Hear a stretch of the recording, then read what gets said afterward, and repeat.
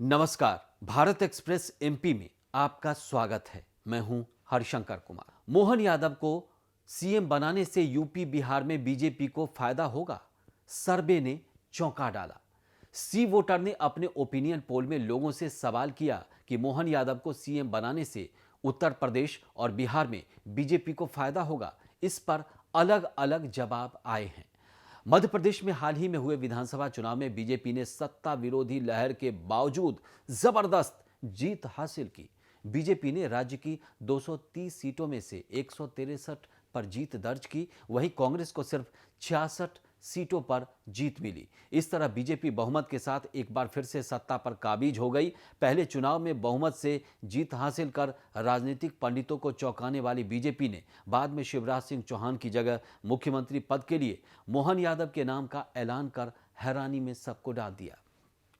BJP ने 2024 के लोकसभा चुनाव को ध्यान में रखते हुए कहीं ना कहीं सोशल इंजीनियरिंग की अपनी योजना को पटल पर लाया है। इसी के तहत ओबीसी समाज से आने वाले मोहन यादव को मुख्यमंत्री बनाकर और दलित जगदीश देवड़ा के साथ ब्राह्मण राजेंद्र शुक्ला को उप मुख्यमंत्री बनाकर राज्य में प्रमुख जाति समूहों के बीच संतुलन बनाने की कोशिश की। इस बीच सी वोटर ने एक ओपिनियन पोल किया है। इस ओपिनियन पोल में लोगों से सवाल किया गया कि एमपी में मोहन यादव को सीएम बनाने से लोकसभा चुनाव में यूपी और बिहार में बीजेपी को फायदा होगा। इसके जवाब में 48% लोगों ने कहा हाँ, वहीं 37% लोगों ने नहीं में जवाब दिया। 48 मतलब 50%, 2% कम होते हैं। इसके अलावा 15% लोगों ने पता नहीं का जवाब दिया।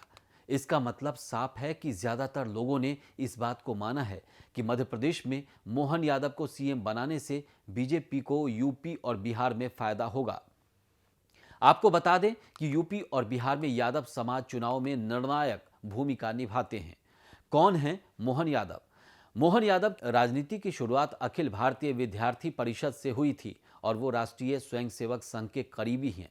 मोहन यादव लंबे अरसे से राज्य की सियासत में सक्रिय हैं। उनके राजनीतिक सफर पर गौर किया जाए तो वो 1982 में उज्जैन के माधव विज्ञान महाविद्यालय के एक सह सचिव चुने गए थे और 1984 में छात्र संघ के अध्यक्ष बने थे।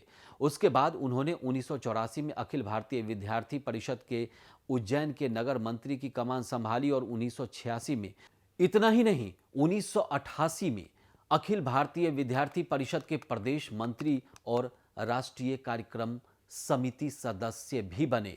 वो 1989-90 में परिषद की प्रदेश इकाई के मंत्री बनाए गए और 1991-92 में राष्ट्रीय मंत्री चुने गए। यादव 1993 से 1995 तक राष्ट्रीय स्वयंसेवक संघ के उज्जैन नगर के शहर खंड कार्यवाह रहे और 1996 में खंड कार्यवाह तथा नगर कार्यवाह की जिम्मेदारी का निर्वहन किया। वो 1997 में बीजेपी की प्रदेश समिति में सदस्य बने। 1998 में उन्हें पश्चिम रेलवे बोर्ड की सलाहकार समिति का सदस्य बनाया गया। मोहन यादव 2004 से 2010 तक उज्जैन विकास प्राधिकरण के अध्यक्ष भी रहे। इतना ही नहीं, 2011 से 2013 तक मध्य प्रदेश राज्य पर्यटन विकास निगम के अध्यक्ष रहे। यादव 2013 में पहली बार विधायक बने। पार्टी ने 2018 में फिर उन पर भरोसा जताया और वो चुनाव जीते और 2023 में एक बार फिर निर्वाचित हुए और सीएम की कुर्सी तक पहुंच गए। राजनीतिक पार्टियां 2024 के लोकसभा चुनाव की तैयारियों में जुट गई है। हर दल अपने अपने हिसाब से रणनीति बनाने में जुटा है।